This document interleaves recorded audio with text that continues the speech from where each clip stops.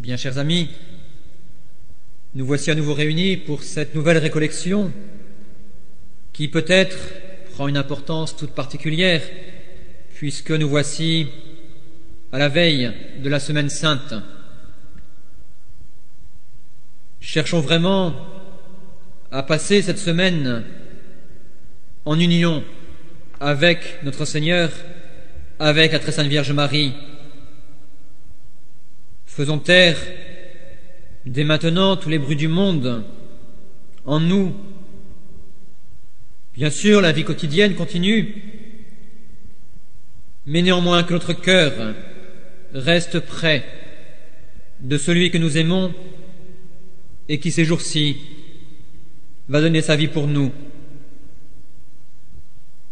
Unissons-nous à Notre-Dame, c'est elle qui l'a mieux a su prier ces grands événements.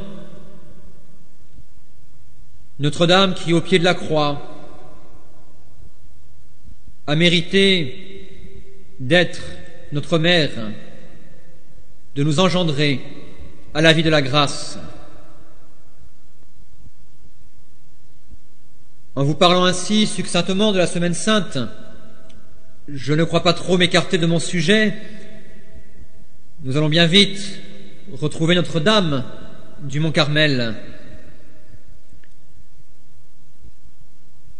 Je vous le disais en effet les fois précédentes, Notre-Dame du Mont Carmel fait tout d'abord appel à l'Immaculée Conception, ce Carmel, en hébreu, ce jardin de Dieu, ce jardin clos, réservé, insouillé, n'est autre que le cœur immaculé de Marie. C'était la première signification symbolique du Carmel que sous-tend le titre accordé à Notre-Dame. Mais le ciel a voulu que ce même Carmel, symbole du cœur immaculé de Marie, soit également le lieu terrestre de l'immense combat victorieux opposant le ciel aux puissances du mal. Tel est ce que l'Écriture révèle. Ce même Carmel est en effet le théâtre de la geste d'Élie contre les prêtres de Baal, événement annonciateur par excellence de l'œuvre rédemptrice. Et nous avons dit combien Notre-Dame était présente en ces instants de combat et de victoire. Ce petit nuage annonciateur de la pluie qui mettait fin au châtiment de la sécheresse, ce petit nuage venu de la mer, mais blanc comme le ciel, n'était autre qu'une figure de Notre-Dame. Ainsi donc, si l'étymologie du mot nous fait découvrir dans le Mont Carmel le cœur immaculé de Marie, l'histoire de ce même lieu géographique nous manifeste la Vierge de l'Apocalypse, la Vierge victorieuse, glorieuse en son Assomption et qui répand sa victoire à travers l'histoire du monde, qui répand la miséricorde dont elle a été fait mère au pied de la croix. Et nos prochaines conférences auront précisément pour but de montrer cette miséricorde maternelle à l'œuvre en France et à travers notre monde présent. Mais avant d'en venir à cette partie plus historique, je voudrais aujourd'hui avec vous rendre manifeste une volonté de la Très Sainte Vierge Marie. En effet, jusque-là, nous avons expliqué ce que signifiait le Mont Carmel. Il me reste 2 mots à développer pour rendre compte du titre de Notre-Dame du mont Carmel. Je me dois en effet de vous montrer combien la très sainte Vierge Marie veut être Notre-Dame. Elle attend de nous que nous lui soyons donnés. Il faut en effet se rappeler toute la valeur que cette expression pouvait avoir dans les temps passés, où ce mot dame, domina, est le féminin de Seigneur, dominus. La très sainte Vierge Marie veut donc être notre Seigneuresse. Elle attend de nous que nous soyons ses serviteurs, ses enfants. Et là, nous allons découvrir la place de cet ordre religieux qu'est le Carmel, qui au sens strict est l'ordre de la très sainte Vierge Marie. Nous verrons également dans un deuxième temps comment vivre cette filiation, cette consécration à Notre-Dame du Mont-Carmel à travers l'une des grandes saintes de l'ordre du Carmel, sainte Thérèse d'Avila. Et de là, nous découvrirons, à travers le scapulaire du Mont-Carmel notamment, comment Notre-Dame veut être la reine non seulement d'un ordre religieux qui lui est consacré, mais également de chacun d'entre nous, dont elle attend la consécration. Le Carmel, donc, comme étant l'ordre religieux de Notre-Dame, au sens le plus strict qui soit, l'ordre du Carmel est en effet l'ordre de la très sainte Vierge Marie. Reconnu en 1209 par l'évêque de Jérusalem, cet ordre ne porte pas de titre, sinon celui des ermites de Sainte Marie du Carmel. Et l'une des caractéristiques les plus singulières du Carmel est qu'il n'a pas de fondateur. Vous le savez, tous les grands ordres religieux, dominicains, franciscains, chartreux, vénèrent leur fondateur. Saint Dominique pour les dominicains, Saint François pour les franciscains, capucins, Saint Bruno pour les chartreux. Pour le Carmel, la seule fondatrice que nous connaissions, le seul nom qui nous soit donné est celui de Notre-Dame. Nous ignorons complètement qui ont été les premiers carmes. Nous ne connaissons pas leur nom. Nous avons simplement un texte qui aura à peine 20 ans de différence avec la date de la fondation, qui s'est faite en 1209.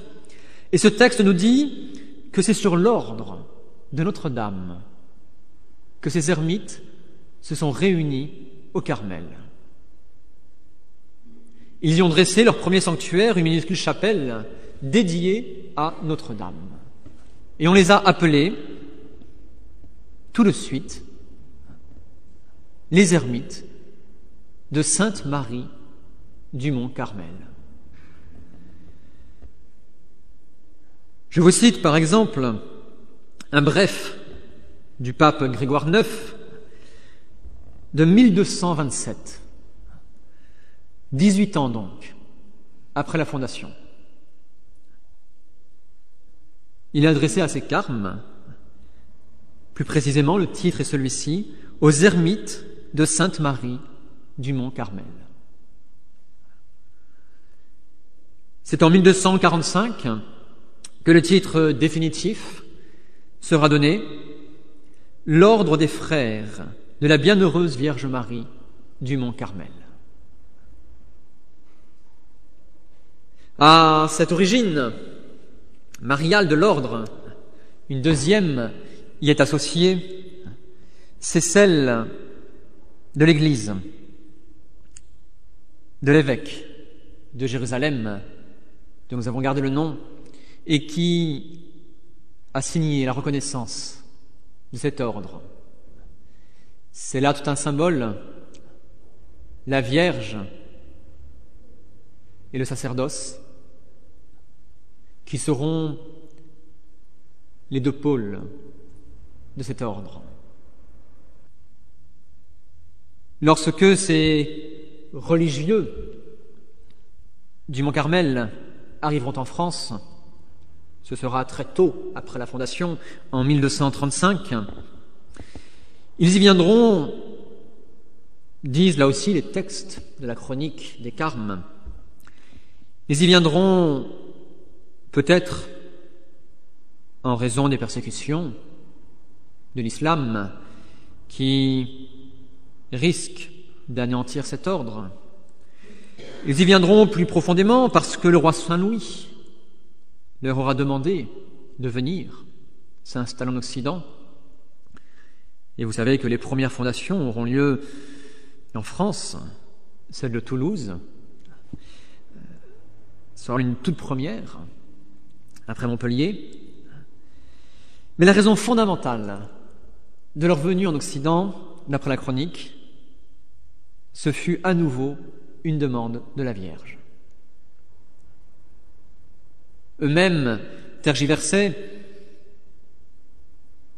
Notre-Dame leur avait demandé de se réunir au Mont Carmel pour se consacrer à elle. Pourquoi quitter ce lieu ? L'Église ne leur avait pas demandé simplement un roi, mais leur reine avait ses ordres. Et Notre-Dame va apparaître au père général de l'époque pour lui demander effectivement d'aller essaimer en Occident. Véritablement, nous voyons à travers ces premiers religieux des hommes tout consacrés à Notre-Dame. Des religieux qui sont à sa disposition, à son service, et qui cherchent à correspondre du mieux qu'ils le peuvent aux volontés de cette Mère bénie. Ce sera là toute l'histoire de cet ordre. Mais je voudrais très vite en venir au fleuron de cette famille religieuse qui est Sainte Thérèse d'Avila, toute marquée par cette présence mariale. Nous allons trouver,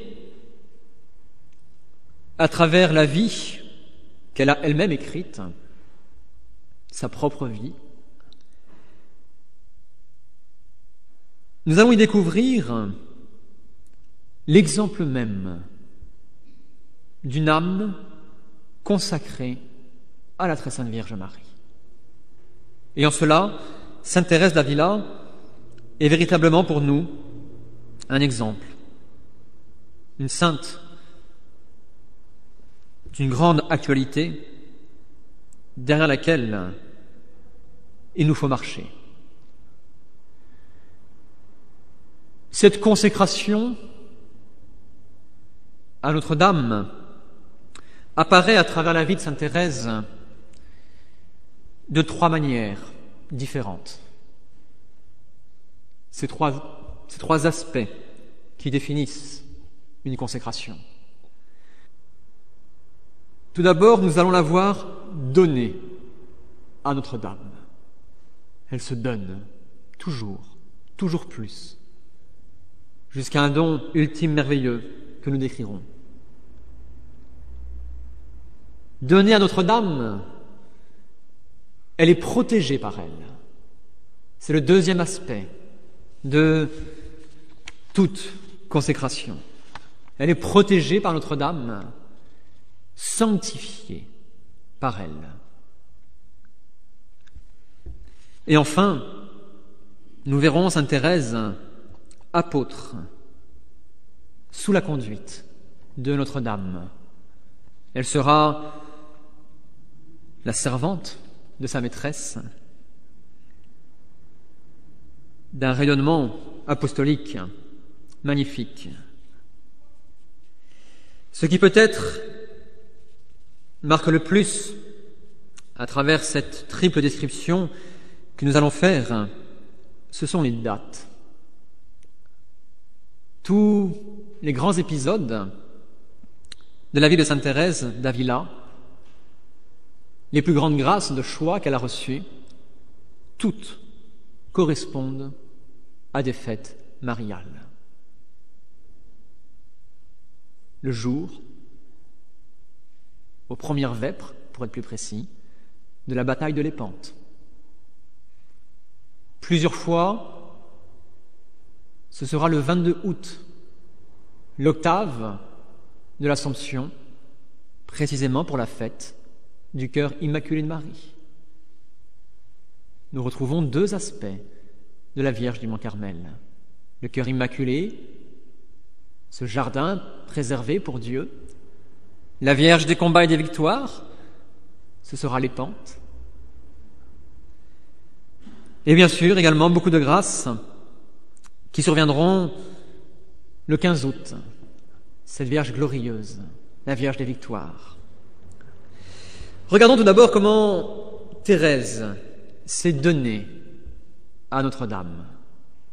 Non pas une fois, mais chaque jour, toujours plus profondément.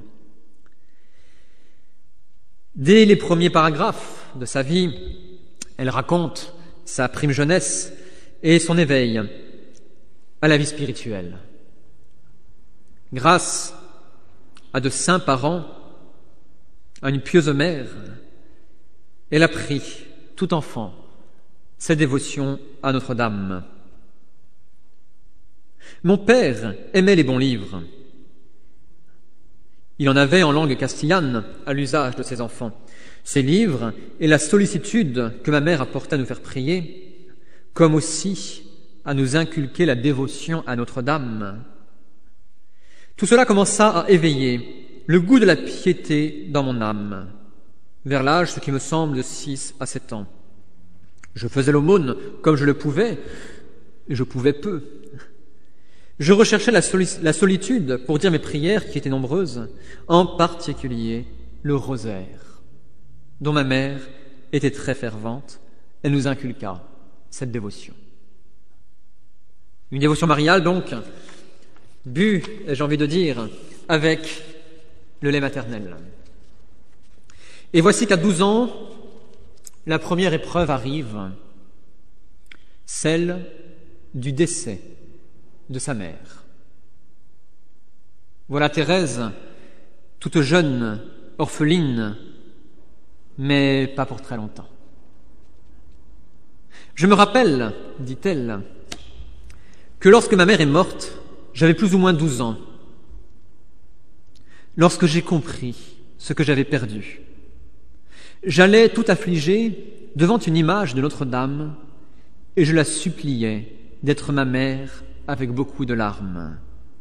Il me semble que bien que j'ai agi naïvement, ce fut une aide, car il est visible que j'ai toujours trouvé cette Vierge souveraine chaque fois que je l'ai invoquée. Et finalement, elle m'a ramené à elle. C'est là, à l'âge de 12 ans, nous sommes en 1528, que la petite Thérèse, la presque adolescente, se consacre vraiment à Notre-Dame. Elle la veut pour mère. Et cette mère la protégera, la ramènera à elle. Désormais, ce sera une démarche beaucoup plus personnelle que la première, non seulement un héritage reçu de ses parents, mais un don intérieur, personnel, qui l'unit à sa mère du ciel. Le passage que je vous ai lu finissait par ces mots « Et enfin, elle m'a ramené à elle ». À travers cette simple proposition, Thérèse fait allusion à sa rentrée en religion. Elle aura lieu en octobre 1535, le mois du rosaire, tandis que Thérèse a 20 ans. Quelques jours après, elle recevra l'habit de Notre-Dame. Puis, une nouvelle année étant passée, le 3 novembre 1536, elle fera sa profession. J'aimerais insister un instant sur la manière dont Thérèse résume ce grand événement de sa vie en religion. Notre-Dame m'a ramené à elle. Enfin, Notre-Dame m'a ramené à elle. Cette expression ne peut faire que penser à celle de l'évangile de Saint Jean, où il est dit que l'apôtre que Jésus aimait a pris Marie chez lui. Eh bien là, Notre-Dame va prendre Thérèse chez elle. Elle m'a fait sienne, on pourrait presque dire. Et ainsi donc va débuter la vie religieuse de Sainte Thérèse. Elle sera traversée par de très nombreuses croix.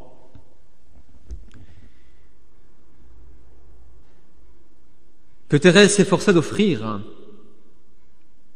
à travers lesquelles elle cherchait à s'unir à Notre-Dame, si bien qu'un jour, elle eut une grâce magnifique. Un jour où je tenais la croix, celle de mon rosaire, le Seigneur, de sa propre main, me la retira. Quand il me la rendit, elle était faite de 4 grandes pierres, incomparablement plus précieuses que le diamant. Il est à peu près impossible de comparer ce qui est surnaturel à ce qu'on voit. Les 5 plaies y étaient très finement exécutées.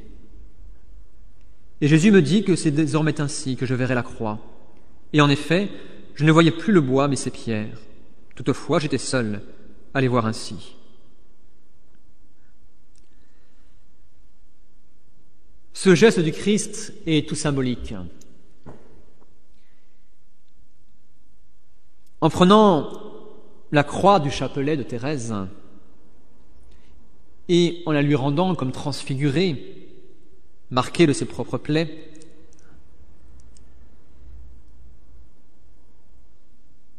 on voit le grand prêtre, notre Seigneur, donner sa croix à Thérèse. La lui donner parce que Thérèse a appris à aimer la croix à travers le regard de Marie, par son chapelet.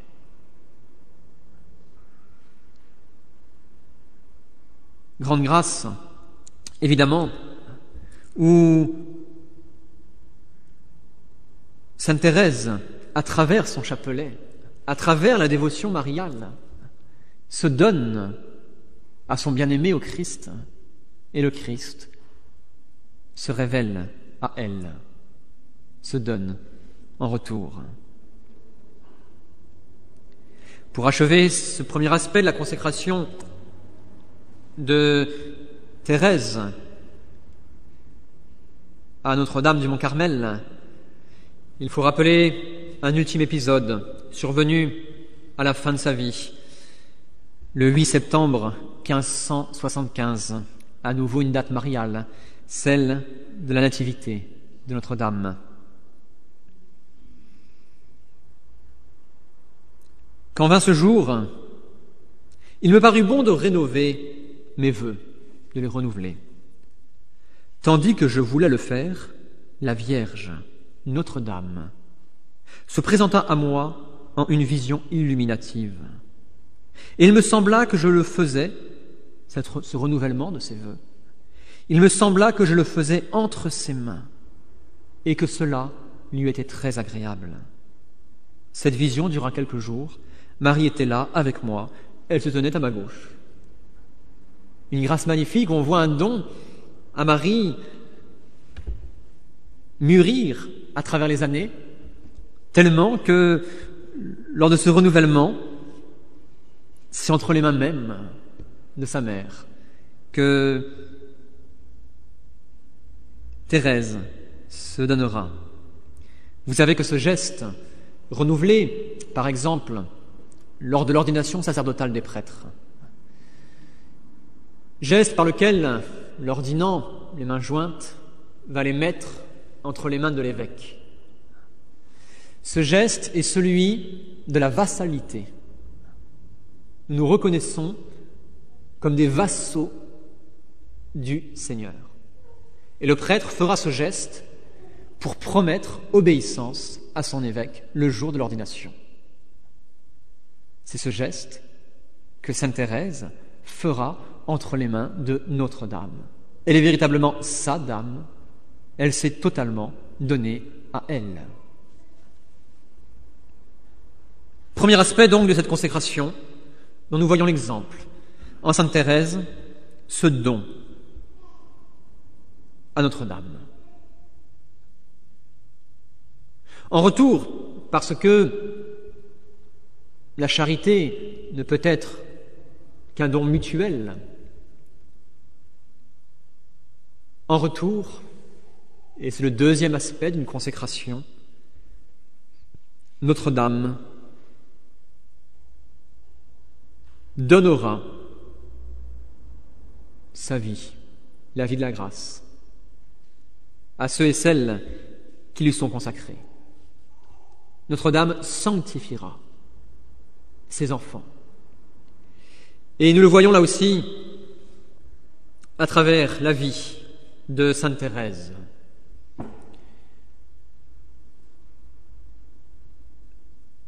Je m'arrêterai principalement aux événements qui survinrent pendant sa vie religieuse.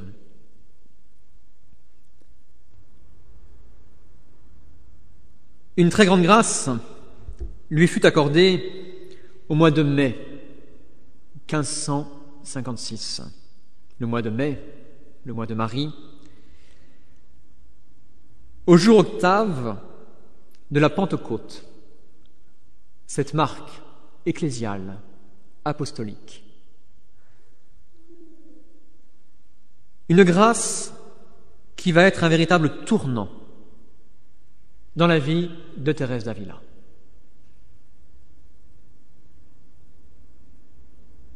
Un jour où j'étais resté longtemps en oraison, où j'avais supplié le Seigneur de m'aider à le contenter en toutes choses, je commençais le Veni Creator. Et, tandis que je le disais, je fus saisi par un ravissement si soudain qu'il me tira presque hors de moi. Chose dont je ne puis douter, ce fut très notoire. Ce fut la première fois que le Seigneur me fit la faveur du ravissement. Et alors, j'entendis ces mots. « Je ne veux plus que tu converses avec des hommes, mais avec des anges. » Thérèse, très affective, elle nous raconte que la plus grande difficulté de ses débuts en vie religieuse furent la séparation d'avec sa famille. Thérèse qui décrit à travers les premières années de sa vie religieuse toute son imperfection liée précisément à des amitiés trop humaines, entretenues par trop. Sainte Thérèse, qui mortifie cela en elle, entend en ce jour ecclésial, ce jour marial de mai 1556, cette parole du Christ. Et une parole efficace, parce que prononcée par le Christ. « Je ne veux plus que tu converses avec des hommes, mais avec des anges. Ne mets plus ton affection dans les amitiés humaines, mais dans les choses divines. » Et c'est à partir de ce jour que Thérèse sera totalement libérée de ses affections, libre de rentrer beaucoup plus avant dans les voies de la contemplation, converser avec les anges. Grand don qui lui fut fait sous la marque de Notre-Dame au mois de mai.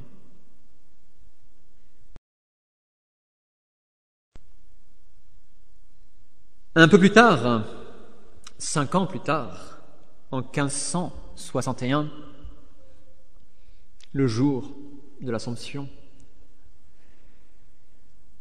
Thérèse aura à nouveau une vision impressionnante où le ciel va la revêtir d'un manteau qui n'a rien de terrestre. Je vous lis ce passage pour vous en décrypter par après quelques petits symboles. Il me sembla qu'on me revêtait d'un vêtement d'une très lumineuse blancheur. Je ne vis pas tout d'abord qui m'en revêtait, mais je vis ensuite Notre-Dame à ma droite et mon père Saint-Joseph à ma gauche, qui tous deux me couvraient de ce vêtement. On me fit comprendre que dès lors, j'étais lavé de mes péchés. Dès que je fus vêtu, me trouvant dans la délectation d'une immense gloire, il me sembla que Notre-Dame me prenait les mains. Elle me dit que je lui donnais beaucoup de joie en servant le glorieux Saint-Joseph et que je devais croire que ce que je voulais au sujet du monastère se ferait et que le Seigneur y serait très bien servi, ainsi que d'eux, et que je ne devais pas craindre qu'on n'y vît jamais le relâchement dans ce domaine, même si l'obédience sous laquelle je devais me mettre n'était pas à mon gré, car eux-mêmes nous garderaient, et que son Fils nous avait déjà promis de venir et de marcher avec nous, et que comme signe que tout cela était vrai, elle me donnait ce joyau. La Vierge, à ce moment-là, lui passa un collier d'or autour du cou, collier au bout duquel était suspendue une croix. Nous sommes là également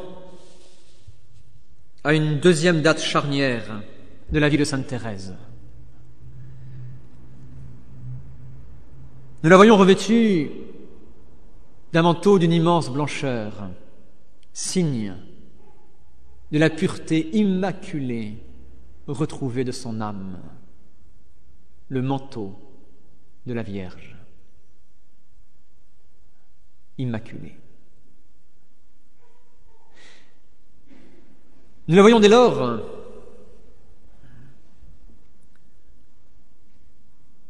à nouveau remettre ses mains entre celles de Notre-Dame qui les lui prend. Elle va agir désormais. Les mains sont l'organe de l'action. Elle va agir pour Notre-Dame, au nom de Notre-Dame. Et quelle sera cette action, cet apostolat? Des consignes très précises lui sont indiquées sur la manière de fonder le tout premier Carmel réformé, celui de Saint Joseph d'Avila. C'est pour ça qu'il est beaucoup fait mention de Saint Joseph ici. Et ce joyau qui lui est donné, ce collier au bout duquel la croix est suspendue, n'est autre que la croix abbatiale, celle des supérieurs, des prieurs. Ce jour de l'Assomption, donc, Notre-Dame purifie définitivement sa fille, choisie entre toutes, pour lui demander, par ensuite, d'exercer cette mission, de fonder ces maisons où son nom serait glorifié et où le relâchement ne sera pas de mise. Cela nous amène tout naturellement au troisième aspect d'une consécration,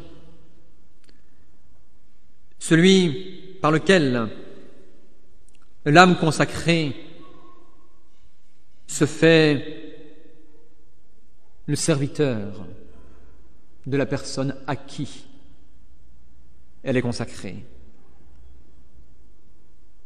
Et nous verrons donc Thérèse, apôtre de Notre-Dame, pour fonder partout des maisons où Notre-Dame soit vraiment reine.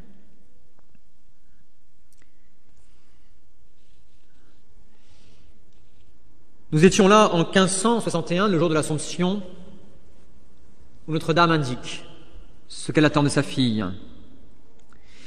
Il faudra attendre 2 ans pour que les hommes correspondent à cette volonté de Notre-Dame.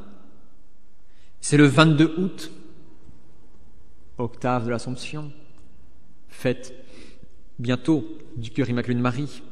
Le 22 août 1563, que sainte Thérèse reçoit de ses supérieurs la lettre qui lui permet d'établir son nouveau couvent, le premier couvent réformé, qui va retrouver la règle originelle du Carmel. C'est le but de sa mission. Elle l'écrit au tout début d'un de ses ouvrages destinés à ses religieuses, Le chemin de la perfection. Ce livre, dit-elle, contient avis et conseils que Thérèse de Jésus, elle donc, donne aux religieuses, ses filles et ses sœurs. Des monastères de la règle primitive de Notre-Dame du Mont-Carmel, qu'elle a fondés avec l'aide de notre Seigneur et de la glorieuse Vierge Mère de Dieu Notre-Dame. S'il s'y trouve quelque chose de bon, que ce soit pour la gloire et l'honneur de Dieu et le service de sa très sainte Mère, Notre-Dame, notre patronne, dont, tout indigne que je suis, je porte l'habit. Tout ce livre, toute sa réforme, est là pour rendre gloire à Notre-Dame et par elle, que Dieu soit honoré en ses maisons. Ce côté apostolique, décrit ici de manière très générique, a également toute une histoire qui commencera dès les premiers jours de sa vie religieuse. Nous l'avions vu tout à l'heure, entrer en religion, faire profession. J'ai mentionné les difficultés qu'elle a eues à briser ces liens ô combien légitimes, d'un point de vue naturel, de l'amitié familiale. Et cela lui fut si dur qu'elle tomba malade. D'une maladie fort curieuse, tellement forte qu'elle dut partir en convalescence. On l'envoya chez une tante dans un petit village qui n'avait qu'un seul prêtre dans la paroisse, un pauvre prêtre tombé dans le péché. La chose était publique, il vivait en concubinage. Thérèse notera que ce prêtre avait une chose pour lui. Il aimait et il célébrait l'Immaculée Conception.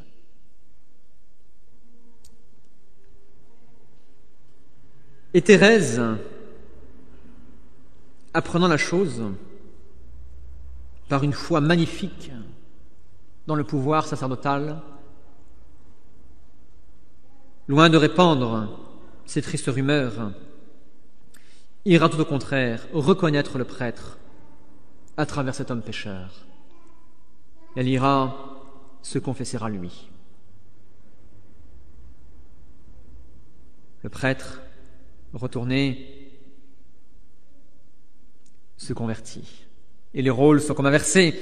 La pénitente devient le conseiller et celui qui absout, le pénitent. Et Thérèse méritera effectivement la conversion de ce pécheur. Thérèse en retient 2 choses. Tout d'abord, cette marque mariale. Il aimait l'Immaculée Conception. Et la deuxième, C'est le souci tout particulier de Marie, et donc de ses enfants, pour la sanctification du sacerdoce. Un petit peu comme Thérèse de l'Enfant Jésus, elle a vu, avant d'entreprendre ces grandes réformes, la misère du sacerdoce, la misère de ces hommes, pourtant appelés à une si grande, si belle vocation. Et c'est principalement pour eux que Thérèse de Lisieux, comme Thérèse d'Avila, entreront en religion. Sa vocation sera ecclésiale. Elle sera apôtre, mais apôtre pour la sanctification des prêtres. Après ce premier épisode, 4 années plus tard, en juillet 1539, Sainte Thérèse d'Avila n'est toujours pas guérie. À un tel point, il semble qu'elle va mourir. On l'a reconduit auprès de son père. Et le 15 août 1539, la maladie d'un coup va s'aggraver à un tel point qu'on la croit quasiment morte. Cette absence va durer 4 jours. Son corps est là, totalement inanimé. La métailleure a mené au pied de Notre-Dame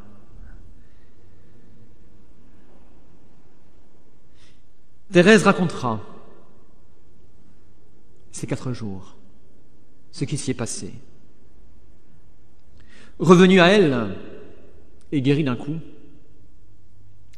elle commença à demander pourquoi on l'avait rappelée ici-bas, affirmant qu'elle était au ciel.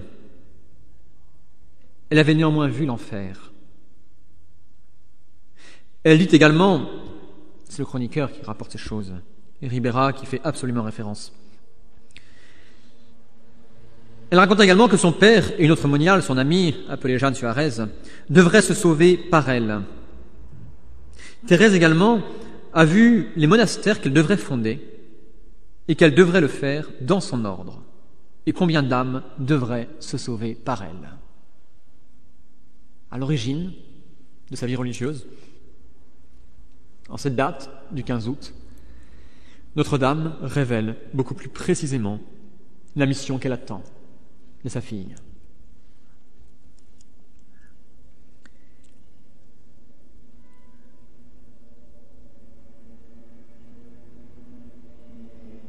Les grâces continueront. Thérèse réalisera les premières fondations. La toute première, donc, celle de Saint Joseph d'Avila. Et là encore, un jour de l'Assomption, toujours ce grand mystère, très central dans le Carmel, cette Vierge glorieuse, elle eut la grâce de voir la Reine des Anges, Notre-Dame, montant au ciel, et la joie et la solennité avec laquelle elle y fut reçue, et le lieu où elle se trouvait. Cette vision produit en elle des effets extrêmement profonds. La gloire, dit-elle, la gloire que mon esprit éprouva en voyant tant de gloire fut très grande. Je demeurai avec de grands effets, et cela produisit en moi un plus grand désir de souffrir de grands travaux. Et il me resta un grand désir de servir cette dame, cette seigneurie, puisqu'elle avait tant mérité. Notre-Dame qui vient encourager Thérèse, après une première fondation ô combien difficile, l'encourager par la vision de sa gloire, lui redonner cette force pour continuer, parachever sa mission. Et donc, de 1567 à 1571, Sainte Thérèse fondera 7 nouveaux Carmels,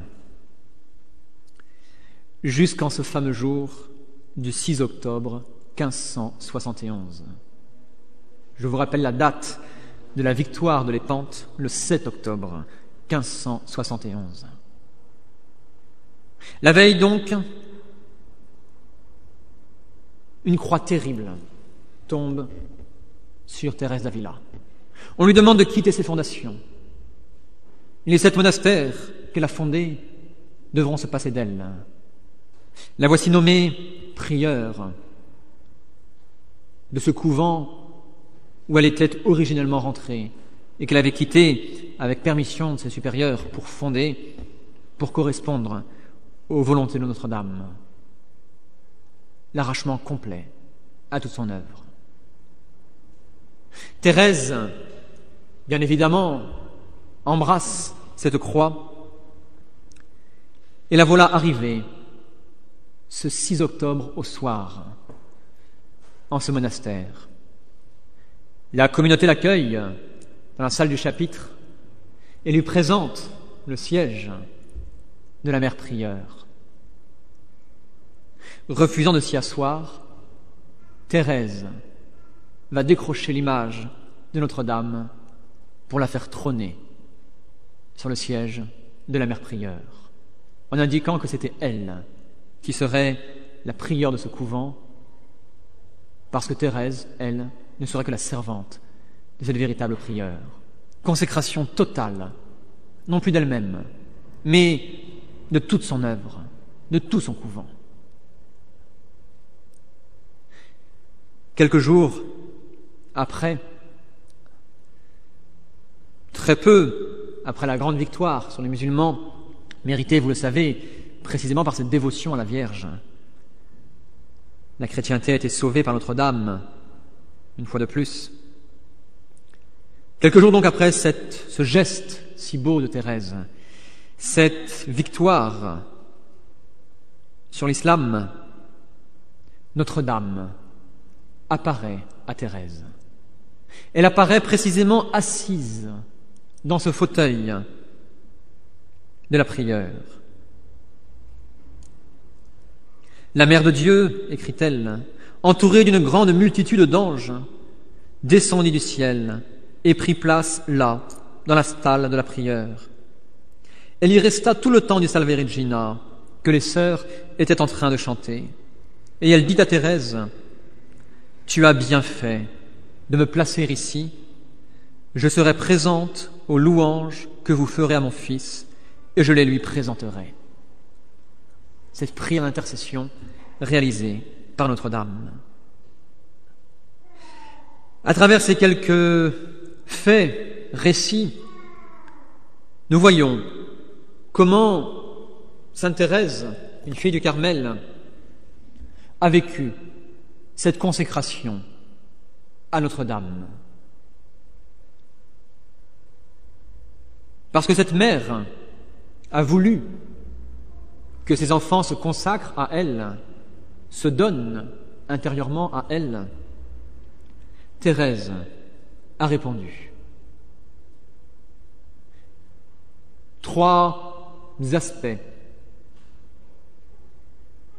nous sont révélés à travers Sainte Thérèse. Les 3 aspects qui déterminent la consécration à la Très Sainte Vierge Marie. Nous donner complètement à elle. Premier aspect. Nous laisser sanctifier par elle. Deuxième élément.